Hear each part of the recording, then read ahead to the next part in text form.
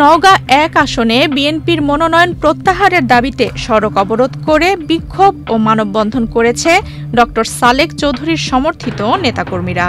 ১১ November মঙ্গলবার দুপুরে পোরশা উপজেলার সরাইগাছি মোড়ে এই কর্মসূচি অনুষ্ঠিত হয়। এতে অংশ নেন ৩ উপজেলার বিভিন্ন ইউনিয়নের নেতাকর্মীরা।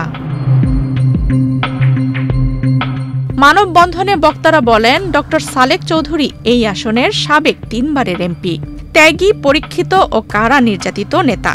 তার নেতৃত্বেই বিএনপি ঐক্যবদ্ধ।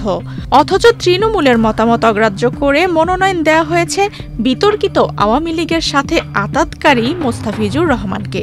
তাই অবিলম্বে এ সিদ্ধান্ত বাতিল করে প্রার্থী হিসেবে পুনর্বিবেচনার দাবি জানান তারা। পদ্মা সেতু, মেট্রো রেল এবং এলিভেটেড এক্সপ্রেসওয়ে নির্মাণের গর্বিত অংশীদার বসুন্ধরা সিমেন্ট। সবাই হতাশ, নিস্তব্ধ হয়ে গেছে। দ্রুত পরিবর্তন করে ডাক্তার সালেক চৌধুরীকে নওগাঁ ৪৬ আসনের মনোনয়ন দেওয়া হোক। এটা নওগাঁ নেতাকর্মীর প্রাণের দাবি। আমাদের তারেক রহমানের কাছে আবেদন, আপনারা সামনে আমাদের নির্বাচিত এলাকা নওগাঁকে বিগত দিনে ৩ বারের এমপি মুক্তিযোদ্ধা ডাক্তার সালেক চৌধুরীকে আবার নমিনেশন দিয়ে আমাদের ত্যাগী নেতাকর্মীর মনকে ভরে দিবেন।